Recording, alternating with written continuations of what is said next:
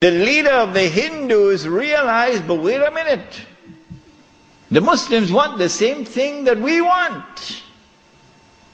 We also want, the Hindus, we want to get rid of the British, and we want to restore Hindu rule over the Hindus.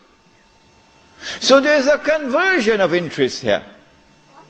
So Gandhi, who later became known as Mahatma Gandhi, Gandhi approached the leadership of the Khilafat movement and he said to them, listen, the same thing you want, the same thing I want. So why don't we join forces? Will you allow me to join the Khilafat movement? And guess what the leadership of the Indian Muslims did? It was a revolutionary theory on their part, and we praise them tonight. They admitted, they accepted the offer of Gandhi, and they formed an alliance. And so the Khilafat movement in India now became a Hindu-Muslim alliance for the purpose of getting rid of British rule. And then that would replace, that which would replace British rule would be Islamic rule over Muslims and Hindu rule over Hindus. This constituted the most dangerous of all threats that Western civilization have ever experienced in its entire period of colonization of mankind. This Khilafat movement. Because the Western objective was to demolish every existing state structure in the world and replace it with the secular state. So that eventually the secular state could be brought under the umbrella of a League of Nations and eventually a United Nations, and this would be political globalization at work. If the Khilafat movement were to succeed, then one of the most important communities in the world, the Indian Muslims, will escape. Because when the British withdrew, Muslims will be ruled by Islam and Hindus will be ruled by Hinduism. Between 1920 and 1924, the Khilafat movement was building up steam at an alarming rate. And by 1924, the British had calculated, we have to get rid of this Khilafat movement. And the only way we can think of now is to abolish the Khilafat. And so they put the pressure on Mustafa Kemal. As soon as the Khilafat was abolished, the Khilafat movement in India began to lose steam. In the same year that it was abolished in 1924, in that same year, the secularly minded British, in Indian language they call it chamcha, the stooges of the British in India, the brown-skinned Englishmen parading as Muslims, of whom the prince of them all was the grandfather of the present Aga Khan, Karim Aga Khan's grandfather. They now restore an organization called the All India Muslim League. The All India Muslim League is led by men who don't know Islam and don't live Islam. And these are the people who now wage a struggle for the liberation of the Muslims from British rule to be replaced, not with rule of Islam, oh no, but rather by the rule of the secular Republic of Pakistan and the secular Republic of India.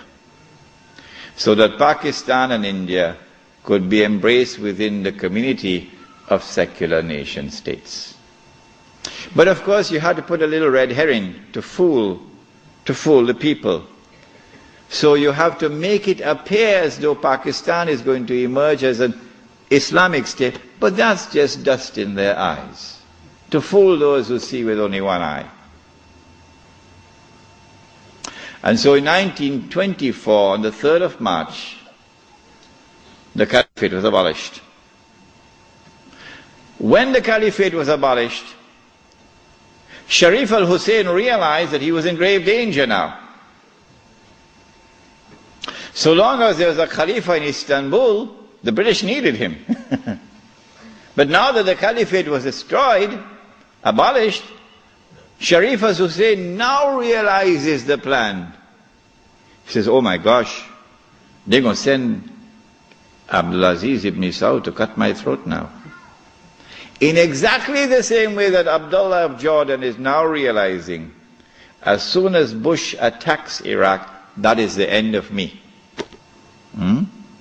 So Sharif al-Hussein decides 4 days later, on the 7th of March 1924, to claim the Khilafah for himself.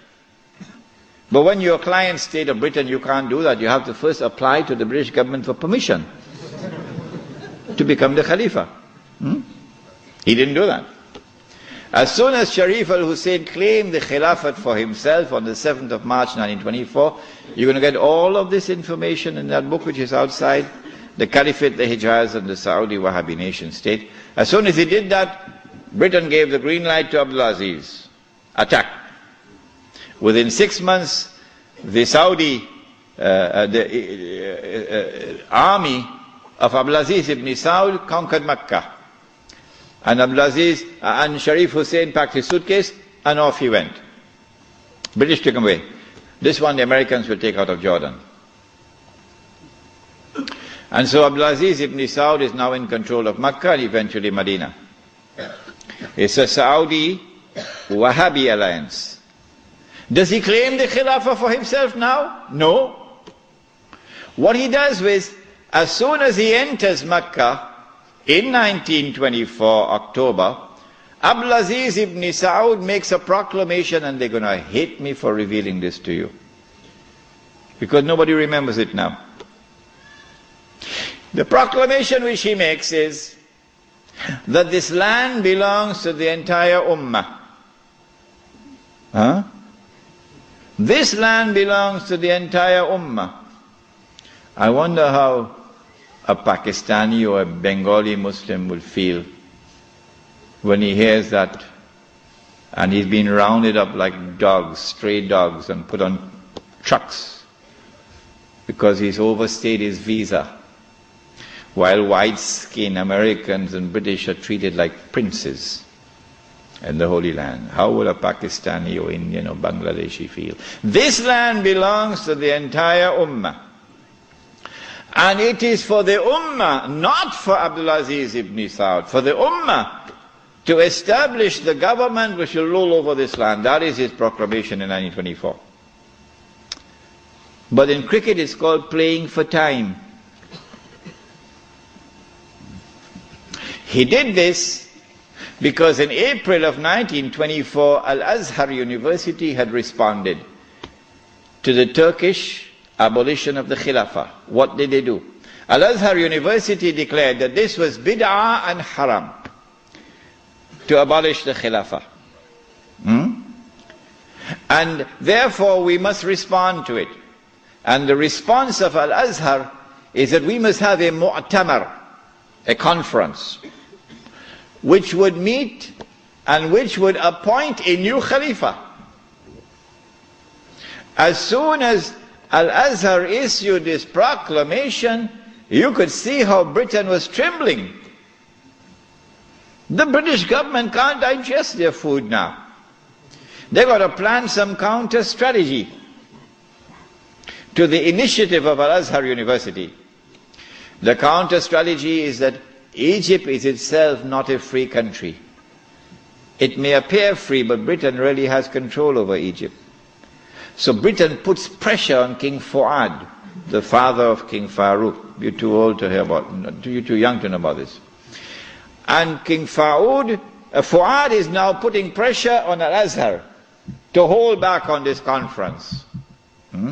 So for 2 years the conference can't take place. 2 years because of British pressure.